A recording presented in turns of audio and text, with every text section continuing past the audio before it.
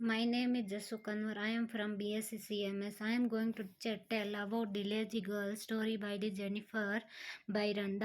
A long ago in the Ireland there were and many kings.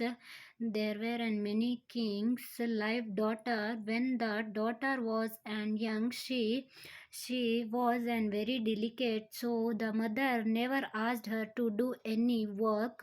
When she grew up, she was not an accustomed of doing any work, so she would not do any. Then her mother was so angry with her once occasions that she gave her a breathing. At this time, a prince happened to be and passing the house, and he heard this the girl crying.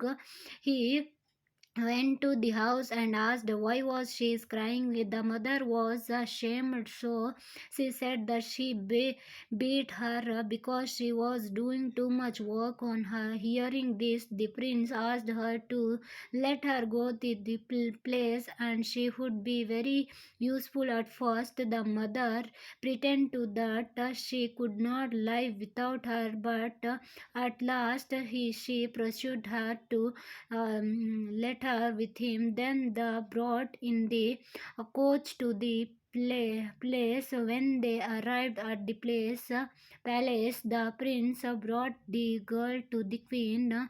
Prince Blair brought the girl when and he told her the story. The queen was and surprised and said she would get married to her son if her work was unsatisfactory. By when the girl went to bed, when the girl went to bed, could not sleep, but thinking so of what the queen would say if she knew that she was not able to work. The next morning, the girl was an awake very early. She was accustomed to this because she slept until 12 o'clock. After breakfast, the queen took her to the room which was an furnished only by the tables and chairs, where there was a pilot of flax into the thread, and she could call the back in the evening to see it. The girl could not spin. She tried to do so but could not. Then she began to cry. After a while, she break a knock at the door, and when come into the room but an old woman with a very big foot. Why are you crying? She asked. The girl told her story. The old woman was very sad and said, if you are bringing me bringing me to your wedding in the while spin it for you, I will, and the thousand welcome, said the girl. Then the told the woman sat down on the chair, put her foot on the treadle, and began to spin. In the evening all was in spoon, and the old woman went away. The next morning she was wakened very early again. The queen took her to room in the which she saw the threads. She was supposed to have the spoon and bloom. She could not weave it in the line, so she began to cry. After a while she heard an knock at the door, and who come into the room but an old woman with a very big hand. She asked that the girl was and she crying, and when she told she great picture and her and said, if you bring me to your wedding, I will weave it you. The girl told her she would, and the old woman began to weave it. Was not long until the old woman had all done. Old woman told her to make it the line in the shirt.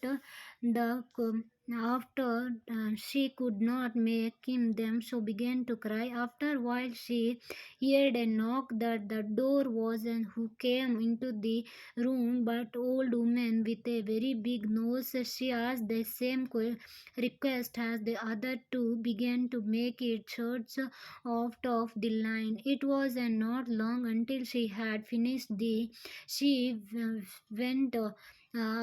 In the evening, the queen came and she wasn't surprised. She said she would give her son in the marriage to the girl. On the day of the marriage, there was a great crowd at the wedding, including the three old hags that helped the girl. The prince asked her if these were her friends, and she said where.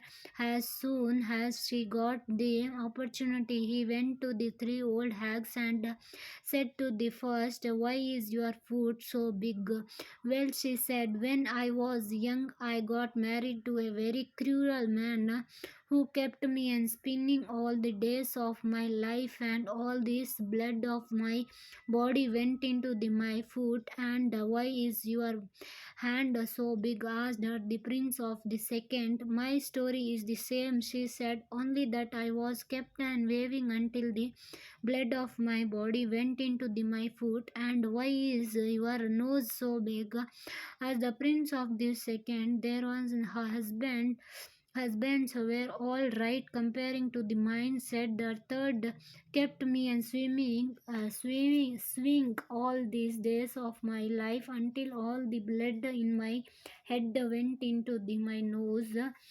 When the prince heard this, she said, "My wife is not to spin, I weave or sew."